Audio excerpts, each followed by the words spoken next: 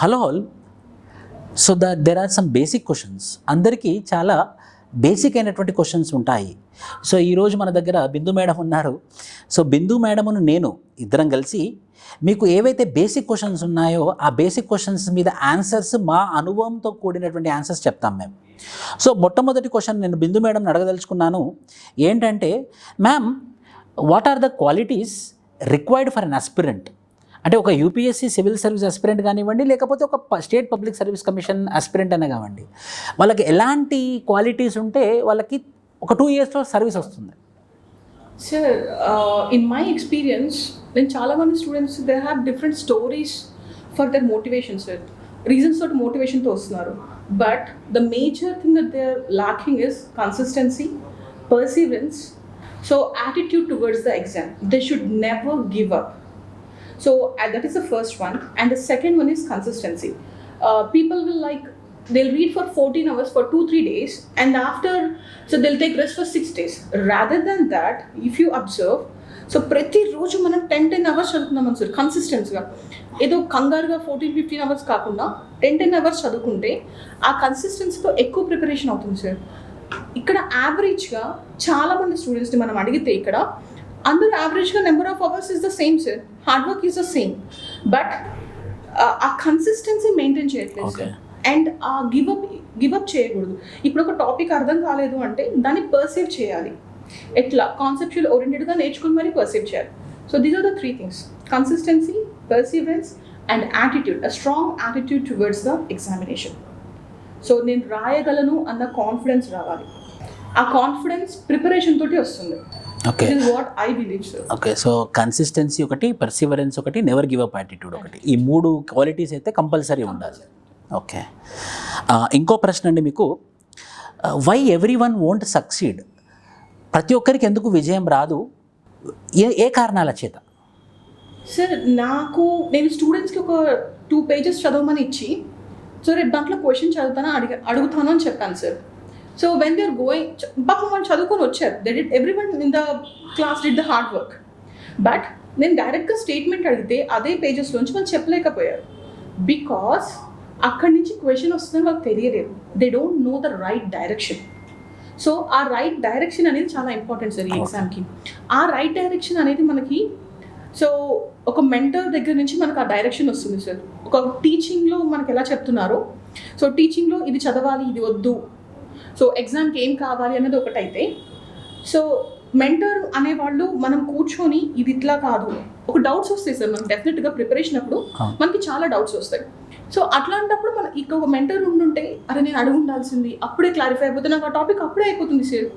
So I would have prepared it long back. So నాకు అర్థమైంది ఏంటి అంటే, ఎందుకు క్లియర్ చేయలేకపోతున్నారు? 1, రైట్ డైరెక్షన్, ఏది చదవాలి ఏది చదవకూడదని తెలియకపోవడం, and availability of people who are guiding them. So that's where this mentorship or a need for a mentor comes in, sir. That's what I feel strongly. Okay, very good point, madam. Sir, ఇప్పుడు నా దగ్గర కొంతమంది students అడుగుతుంటారు, optional select చేసుకోవాలంటే criteria ఏంటి అని. మీ అభిప్రాయంలో ఏంటి సార్ క్రైటీరియా? అది మంచి ప్రశ్న అండి. ఇది చాలా పెద్ద ప్రశ్న కూడా. ఎందుకంటే optional will make or optional will break. ఇప్పుడు మీరు చూస్తే ఒక 300 మార్కులు ఆప్షనల్లో వచ్చాయంటే 100% probability that he will get into interview board. Interview బోర్డులో ఒక 160 మార్కులు దాటాయంటే he will get into service. ఈ మధ్యలో కొంచెం ఆప్షనల్లో కానీ సబ్జెక్ట్స్లో కానీ కొంచెం మార్కులు తక్కువ వేయడం వల్ల 300 మార్కులు వచ్చాయంటే ఇక సర్వీస్ వచ్చినట్టే. సో అంత ఇంపార్టెంట్ రోల్ ఆప్షనల్ ప్లే చేస్తుంది. జనరల్ స్టడీస్లో మనం ఎంత రాయండి, స్టూడెంట్స్ ఎంత రాయండి, యావరేజ్ మార్క్స్ 90 ఉంటుంది. GS1 90, GS2 90, GS3 90, ethics 100. ఆ 4 పేపర్లకు కలిపితే, ఎస్ఏ పేపర్ కలిపితే 300 అయితే ఓన్లీ ఆప్షనల్ పేపర్ ఒకటి 300 మార్క్స్ అవుతుంది అనమాట. So optional will play a very important role. So దానికి ఏం మనం క్రైటీరియా తీసుకోవాలంటే, నెంబర్ 1, ఆ సబ్జెక్ట్ పట్ల ఆ సిలబస్ చూసి, yes this syllabus is creating interest in me. ఆ సిలబస్ మనలో ఇంట్రెస్ట్ని మేల్కొల్పాలన్నమాట. రెండోది ఏంటంటే ట్రెండ్. ఈ ఆప్షనల్ మార్క్స్ వస్తున్నాయా, ఈ ఆప్షనల్ వాళ్ళకి ర్యాంక్స్ వస్తున్నాయా, అది ట్రెండ్ చూసుకోవాలి మనము. మూడోది, ఈ సిలబస్లో ఉంది గ్రీక్ అండ్ లాటినా లేకపోతే మన సిలబస్. అంటే ఎలానంటే, ఇప్పుడు ఆంథ్రోపాలజీ తీసుకున్నారనుకోండి, family, marriage, kinship, economy, polity, tribes, Indian society, farmers, agriculture sector, village sector, ఇవి మన రోజువారీ లైఫ్లో చూస్తూ ఉంటాం. సో మనం కొత్తది చదవట్లేదు, డిఫరెంట్ది చదవట్లేదు, ఏదైతే మనకు తెలుసో అది మాత్రమే చదువుతున్నాము. ఇంకొకటి చూడాలి, ప్రీవియస్ ఇయర్స్ క్వశ్చన్స్ చూడాలి. ప్రీవియస్ ఇయర్స్ క్వశ్చన్స్లో అదే కదా ఇంపార్టెంట్. ప్రీవియస్ ఇయర్స్ క్వశ్చన్లో ఆ క్వశ్చన్స్ డైరెక్ట్గా ఉన్నాయా లేకపోతే రౌండ్ ట్రిప్పింగ్ ఆఫ్ క్వశ్చన్స్ ఉన్నాయా? డైరెక్ట్ క్వశ్చన్స్ ఉన్నాయనంటే మనం ఆ ఫైనల్ ఎగ్జామినేషన్ కోసమే ఇంత కష్టపడుతున్నాము. సో ఫైనల్ ఎగ్జామినేషన్లో అడిగే ప్రశ్నలు కూడా డైరెక్ట్గా ఉన్నటువంటి క్వశ్చన్స్. కాబట్టి ఈ 4 క్రైటీరియాస్ చూస్తే, నెంబర్ 1 ఇంట్రెస్ట్ ఉండాలి, నెంబర్ 2 మనం ఆల్రెడీ అందులో తిరిగినట్టు ఉండాలి, 3వది ఏంటంటే ట్రెండ్, ర్యాంక్స్ వస్తున్నాయా లేదా అన్నది చూడాలి, 4వది ఫైనల్ ఎగ్జామినేషన్లో ఆ క్వశ్చన్స్ డైరెక్ట్గా ఉన్నాయా లేవా అనే క్రైటీరియాస్ మీద మనం ఆప్షన్లు తీసుకోవాలండి. సార్ ఇంకొకటి, ఎప్పుడు స్టార్ట్ చేయాలి సార్ ఈ ఆప్షనల్ ప్రిపరేషన్ అనేది? ఆప్షనల్ ప్రిపరేషన్ అనేది ఎప్పుడైనా కూడా, ఎప్పుడైతే మనం జనరల్ స్టడీస్ ప్రిపరేషన్ చేస్తామో అప్పుడే మనం ఆప్షనల్ చేయాలి మేడం. ఎందుకనంటే ఒక్కసారి మనకు ఆప్షనల్ అయిపోతే we will get abundant of confidence. My optional completed, my 500 marks completed, only general studies I have to prepare, anyhow general studies is compulsory in to prelims, mains and interview. So ఇది ఎట్లా చదవాల్సిందే. అదే ఒకసారి నేను optional చదివి పెట్టేసుకున్నాను అనుకోండి, నాకు ధైర్యం ఉంటుంది ఏంటంటే నా ఆప్షనల్ అయిపోయింది అన్నది. So when we start our preparation, parallelly we have to start our optional preparation. Beginners, freshers, how they have to plan their preparation అంటే డైలీ ప్లాన్ ఏముండాలి ఒక బిగినర్కి? సార్ నేను నా ఎక్స్పీరియన్స్తో చెప్తున్నాను sir, most of the students ఎక్కడ lacking అవుతున్నారంటే ఆన్సర్ రైటింగ్లో అవుతున్నారు sir. So first and foremost thing, even for the beginners or for the seniors, so first వాళ్ళు న్యూస్ పేపర్ చదవాలి. Newspaper will give them the vocabulary or how to concise the language that they need to write the answers within the newspapers. So news paper చదివిన తర్వాత next point, వాళ్ళు ఖచ్చితంగా ఒక answer రాయాలి sir ఆ రోజు news paper నుంచి. So మనం if we can teach them history కానివ్వండి, ఏదైనా సబ్జెక్ట్ ఒక 15 రోజుల్లోనో 20 రోజుల్లోనో మనం నేర్పించవచ్చు సార్. కానీ ఆన్సర్ రైటింగ్ అనేది ఒక 20 డేస్లోనో 30 డేస్లోనో నేర్చుకోగలిగింది కాదు. It's a process which they have to start from the day 1. So first thing, ఒక 2 hours minimum you keep it for the current affairs, because current affairs will occupy the 60% of the GS preparation. So మనకు అక్కడ current affairs మనం ఒక finish చేసి దాన్ని ఎక్కడెక్కడ use చేయాలి, ఏ పేపర్లో యూజ్ చేయొచ్చు, ఎస్ఏలో వస్తే ఎలా వాడుకోవాలి, ఇవన్నీ ఆలోచించుకొని ఒక 2 hours పెట్టుకోవాలి. తర్వాత GS ప్రిపరేషన్కి ఒక 3 hours కేటాయించాలి. అది ఎలాగా అంటే, కోచింగ్ తీసుకునే వాళ్ళు వాళ్ళ కోచింగ్లో ఆ రోజు ఏం జరిగింది, సో ఫస్ట్ దాన్ని రివిజన్ చేసి దానికి సంబంధించింది చదువుకోవాలి. సో అలా ఒక 3 hours ఫర్ GS ప్రిపరేషన్. ఆ నెక్స్ట్ ఒక 3 hours for the optional. So as sir said earlier, optional is very crucial. So almost యావరేజ్గా చాలామంది if you see the rankers, so GSలో ఆల్మోస్ట్ వాళ్ళు సేమ్ స్కోర్ చేస్తున్నారు. But where the things are setting or వాళ్ళకి ఎక్కడ variation వస్తుంది అంటే ఆప్షనల్లో వస్తుంది. So we can't neglect optional in our daily schedule. So ఖచ్చితంగా ఆప్షనల్ని ఇంక్లూడ్ చేయాలి. సో ఇట్లా మనం 3 భాగాలుగా డివైడ్ చేసుకొని GS static subject, current affairs for the GS and optional, ఇలా మన డేని డివైడ్ చేసుకోవాలి. Very good ma'am, very good information. It's was very informative. ఇంకొక ప్రశ్న మేడం, ఆన్సర్ రైటింగ్ ప్రాక్టీస్ అనేది ఇన్ఎవిటబులా? అంటే ఖచ్చితంగా ఆన్సర్ రైటింగ్ ప్రాక్టీస్ అనేది చేయాల్సిందేనా? నేనైతే డెఫినెట్గా చెప్తాను సార్. ఇప్పటి వరకు సార్ మనం ఎప్పుడైనా ఒక ఫెయిల్యూర్స్ నుంచి మనం నేర్చుకోవాలి, తప్పుల నుంచి మనం నేర్చుకోవాలి అని అనుకుంటాం.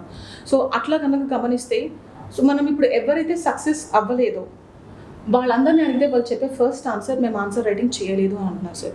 చాలా చదువుతాం సార్, ఒక కరెంట్ అఫైర్స్ ఒక టాపిక్గా తీసుకుంటే దాని గురించి చాలా చదవచ్చు, కానీ దాన్ని కన్సైజ్ చేసి 10 మార్కులకు కుదించి రాయాలి అంటే అది ఒక రోజులో నేర్చుకునేది కాదు సార్. సో ఖచ్చితంగా మనం ఆన్సర్ రైటింగ్ చేయాలి. అట్లా ఆన్సర్ రైటింగ్ చేసేటప్పుడు పాపం కొంతమంది ప్రాక్టీస్ కూడా చేస్తారు సార్, కానీ వాళ్ళు రాసింది కరెక్టా రాంగా, వాళ్ళు చేస్తున్న డైరెక్షన్ కరెక్టా రాంగా, సో ఎవరిని వాళ్ళకి గైడ్ చేయడానికి ఎవరు ఉండట్లేదు సార్. సో మా కేసెస్ తీసుకోండి సార్, మేము ప్రిపేర్ అయ్యేటప్పుడు we used to wait for the faculty for hours together in front of the classes to get our answers corrected sir. క్లాస్లో అంతమంది ఉంటారు, వాళ్ళ క్లాస్ అయిపోయిన తర్వాత మా కరెక్షన్కి రావాల్సి వచ్చేది. లేకపోతే సీనియర్స్ వెనకాల తిరిగేవాళ్ళ, అన్న ఈ ఆన్సర్ చూడవా, ఇట్లా చూడవా అని. సో రాదర్ దెన్ దాట్ ఇట్లా మనకు ఒక మెంటర్ లాగా ఎవరైనా అవైలబుల్గా ఉంది, ఇట్లా డౌట్ రాగానే వాళ్ళు మనకు ఆన్సర్ చేసే వాళ్ళు ఒకళ్ళు ఉన్నారనుకోండి సార్, ప్రిపరేషన్ అనేది చాలా ఈజీ అయిపోతుంది సార్. ఇప్పుడు నేను ఒక ఆన్సర్ రైటింగ్ ఇందాక అనుకున్న షెడ్యూల్లో మనం న్యూస్ పేపర్ చదివాను, ఆన్సర్ రాశాను, నేను రాసింది కరెక్టా రాంగా, తప్పులు ఎక్కడున్నాయి చెప్పే వాళ్ళు కావాలి సార్. సో ఇప్పుడు ఆన్సర్ రైటింగే తీసుకుందాం sir. First of all most of the students ఎక్కడ తప్పు చేస్తున్నారు అంటే demand of the question address చేయలేకపోతున్నారు sir. So demand of the question ఏంటి అంటే వాళ్ళకి ఆ టాపిక్ తెలిసినంత మాట్లాడుతున్నారు. Suppose the question is how poverty is reduced by women empowerment. Women empowerment పావర్టీని ఎలా తగ్గిస్తుంది. సగం ఆన్సర్ పావర్టీ మీద రాస్తున్నారు, సగం ఆన్సర్ ఉమెన్ ఎంపవర్మెంట్ రాస్తున్నారు సార్. బట్ వాళ్ళు క్వశ్చన్ ఏంటి అక్కడ అడిగింది, ఉమెన్ ఎంపవర్మెంట్ పావర్టీ ఎలా తగ్గిస్తుంది అని కాదు, పావర్టీ గురించి కాదు, ఉమెన్ ఎంపవర్మెంట్ గురించి కాదు. రాస్తారు సార్. టెండూల్కర్ కమిటీ దగ్గర నుంచి ప్రతి కమిటీ ఏమేమి మాట్లాడింది, పావర్టీ నాలెడ్జ్ అంతా ఉంటుంది. కానీ ఆ క్వశ్చన్ అక్కడ అడగలేదు. నేను ఇప్పుడు ఎగ్జామినర్ పాయింట్ ఆఫ్ వ్యూలోనే చూస్తే నీకు ఎంత నాలెడ్జ్ ఉంటే నాకేంటి, నువ్వు అక్కడ ఇచ్చిన క్వశ్చన్కి నాకు ఆన్సర్ చేసావా లేదా అన్నదే important from examiner perspective, correct చేస్తున్న వాళ్ళ perspective. So I request all the students first of all they should learn how to address the question. ఆ క్వశ్చన్ ఏం అడుగుతుంది, డిమాండ్ ఆఫ్ ద క్వశ్చన్ ఏంటో తెలుసుకొని దాని ప్రకారం మనం ఆన్సర్ రాయాలి. ఆ క్వశ్చన్ భాగాలుగా చేసుకోవచ్చు. పార్ట్ 1 ఓకే మనకు అర్థమవుతుంది, స్పెండ్ టైం. సో ఒక 10 మార్కర్ అయినా ఏదైనా సరే కొంచెం టైం స్పెండ్ చేయండి, half a minute or like that. Part 1 నేను ఇది రాయాలనుకుంటున్నాను, ఇది రాయాలనుకుంటున్నాను, ఇది అట్లా ముందే అనుకుంటే కనుక మనం క్వశ్చన్ నుంచి డిబేట్ అవ్వం, మన ఆన్సర్ కరెక్ట్గా దానికి తగ్గట్టుగానే ఉంటుంది. ఫస్ట్ ఆ పని చేయాలి. పార్ట్స్గా క్వశ్చన్ని డివైడ్ చేస్తాం, హాఫ్ అ మినిట్ పడుతుంది. అది మనం టైం వేస్ట్ అనుకుంటాం కానీ సార్, బట్ ఓవరాల్గా ఆన్సర్కి చాలా హెల్ప్ అవుతుంది. అది first. Second, as I said earlier, చాలా కంటెంట్ని మనం కుదించి రాయాలి, కన్సైజ్గా రాయడం నేర్చుకోవాలి. So that is another important point. So language everything will come in the point of concise. Okay, so ఇవంతా రావాలి. అండ్ ఎగ్జామ్ టైంలో నేను ఆన్సర్కి తగ్గ ఇన్ఫర్మేషన్ నేను రిట్రీవ్ చేయాలి సార్. ఇన్ దట్ ప్రెషర్, ఆ తక్కువ టైంలో అన్ని క్వశ్చన్స్ నేను ఆన్సర్ చేయాలి అంటే, so what we need, mind have to work very positively. So it have to retrieve the information. అట్లా రిట్రీవ్ చేయాలి అంటే you should learn that conceptually. మంచిగా కాంటెక్స్ట్లో కాన్సెప్చువల్గా నేర్చుకుంటే it will help. Very good madam, very good. Sir ఇప్పుడు మీ దృష్టిలో mentorship అనేది ఎలా, ఏమనుకుంటున్నారు సార్? ఎలాంటి రోల్ ప్లే చేస్తుంది అనుకుంటున్నారు? మెంటర్షిప్ అనేది మనకు చాలా వింటూ ఉంటాం, మెంటర్షిప్ అంటే ఏంటని అనేది. దానికి నేను పర్ఫెక్ట్ డెఫినేషన్ ఏమని చెప్తానంటే, మెంటోర్ అనే వాళ్ళు, అది మేడం అయినా సరే సార్ అయినా సరే, ఎప్పటికీ అందుబాటులో ఉండడం అన్నమాట. అంటే ఎప్పటికీ, అంటే ఇప్పుడు ఒక డౌట్ వచ్చింది అనుకోండి, మనం ఆ టీచర్కి ఏ టైంలోనైనా ఫోన్ చేసే విధంగా, ఆ ఫ్యాకల్టీకి ఏ టైంలోనైనా మనం ఈయన మా సార్, ఈయన మా మేడం, నేను ఎప్పుడైనా ఫోన్ చేయవచ్చు, ఆ ధైర్యం. మెంటర్ ఈస్ ఆ ధైర్యం అన్నమాట, ఆ ధైర్యం ఇచ్చేవాళ్ళు. నువ్వు నాకు ఫోన్ చేయి, ఏ డౌట్ ఉన్నా కూడా then and there I'm going to solve your doubt. మనకి ఏ డౌట్ వచ్చిందో అప్పటికప్పుడు మనం ఫోన్ చేసి అడిగాము అని అంటే అక్కడ ఆ డౌట్ అయిపోతుంది, ఇంకా మనకి ముందుకు వెళ్ళాం. So first we have to give importance for clearing of the doubts then and there, number 1. Number 2, it might be subject academics or it might be anything about the personal life also. Sir మా ఇంట్లో ఈ problem, నేను ఏం చేస్తే బాగుండు అనేది ఆ mentor అనేవాడు ఆ పర్సనల్ లైఫ్లో, వాళ్ళు చిన్నపిల్లలు కాబట్టి వాళ్ళు కొన్ని డిసిషన్స్ తీసుకోలేక మదన పడుతూ ఉంటారు. అలాంటి సిట్యువేషన్లో కూడా మనం ఇచ్చే సలహా వాళ్ళకు ఉపయోగపడుతుంది. ఏంటి, ఫర్ ఎగ్జాంపుల్ ఫైనాన్షియల్ ప్రాబ్లం ఉంది ఇంట్లో, కానీ అది టెంపరీ.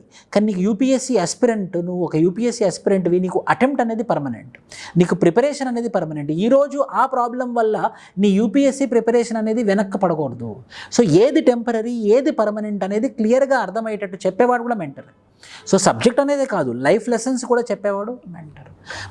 మన అకాడమీలో మన దగ్గర ఉన్నటువంటి ఫ్యాకల్టీస్ అందరినీ మనం మెంటర్ లాగా చేసామన్నమాట. అంటే మీరు స్టూడెంట్కి ఎప్పుడు అందుబాటులో ఉంటే you have to become the part of the academy. మీరు స్టూడెంట్కి అందుబాటులో లేకుండా నేను ఓన్లీ క్లాసెస్ చెప్తే పోతాను అని అంటే కాదు. So here we're providing apart from classes mentorship also. Thank you, sir. Thank you for giving your insights. Thank you, madam. So this is very informative session. Thank you. Jai Hind.